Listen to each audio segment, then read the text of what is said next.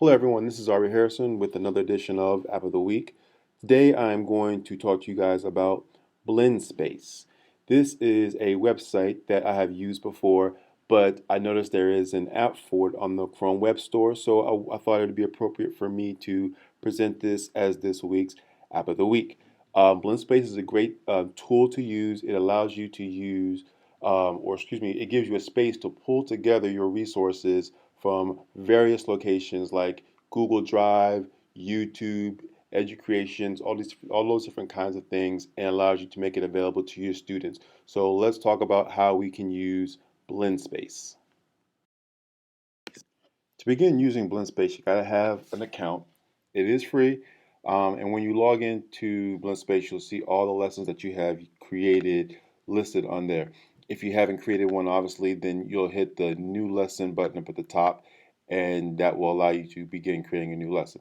For this purpose, I'm just going to use one that I have already begun working on. So I'm going to select this polynomial one, and you will see the lesson that I have started working with. A few options that you do have up at the top. You can change the template if you want to change the style of the boxes. You can also change the theme. So I have a colorful theme. If I want, I can change this to a more black and white theme. If I hover over some of the content that I've already started with, it allows me to change some text. I can change the title. I can add a description up here at the top. I'll change the title for this one.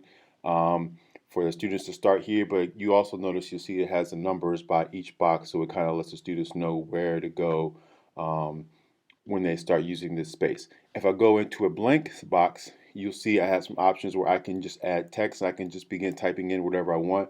I can also add an assessment. You can see for box number one, that's exactly what I did. I just hit the text one and I typed in whatever I wanted, and now you will see that appear in that particular box. If I want to begin adding resources into my space, I can just type in what I want to search for. And once I do that, it's going to give me a variety of different options that I can pull into my Blendspace. Now, currently it's searching for YouTube videos. You can see here, I want to type in polynomials, it's pulling up YouTube videos. And if I want to add one to my space, all I have to do is select it and just drag it in. It's just that simple. And now it is ready and available for my students, and it has been added in.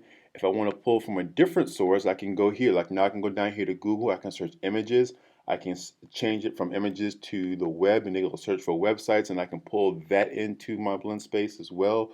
So it gives me a lot of different features. In addition, it pulls other ones as well. It has Educreations, for example, is another popular one that we use here in CMS. And if I find the Educreations one that I want to include, I can just go there and just drag it in here.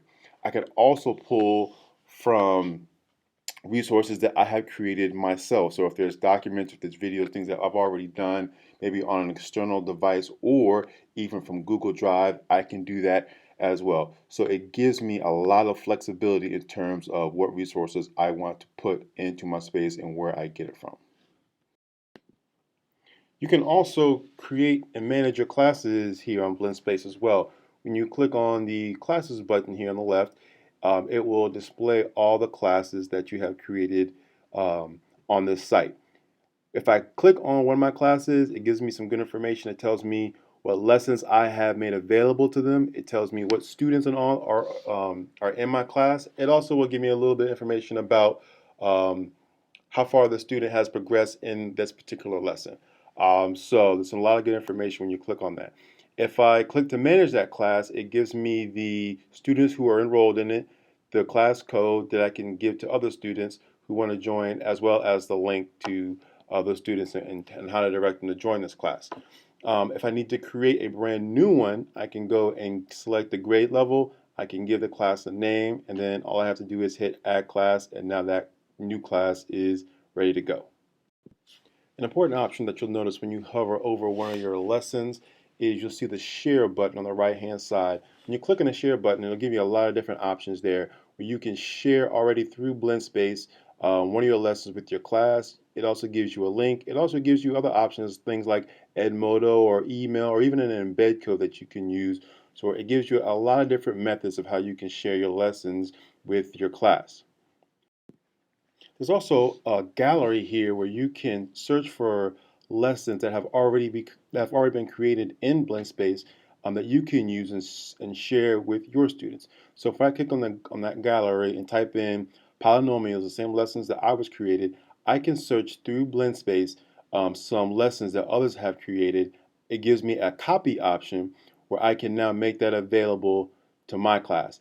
So when I click over the lesson, I can look it over, see the different videos, the worksheets. I hit the copy button, and now once I do that, I have it in my lessons, and my students can use it as well. You see that when I go back to mine, I have one that I have copied already. So now I don't have to reinvent the wheel. So that's going to do it for this week's edition of App of the Week. Hopefully you have enjoyed learning a little bit more about Blendspace. Stay tuned next week as we present another app that you can use in your classroom.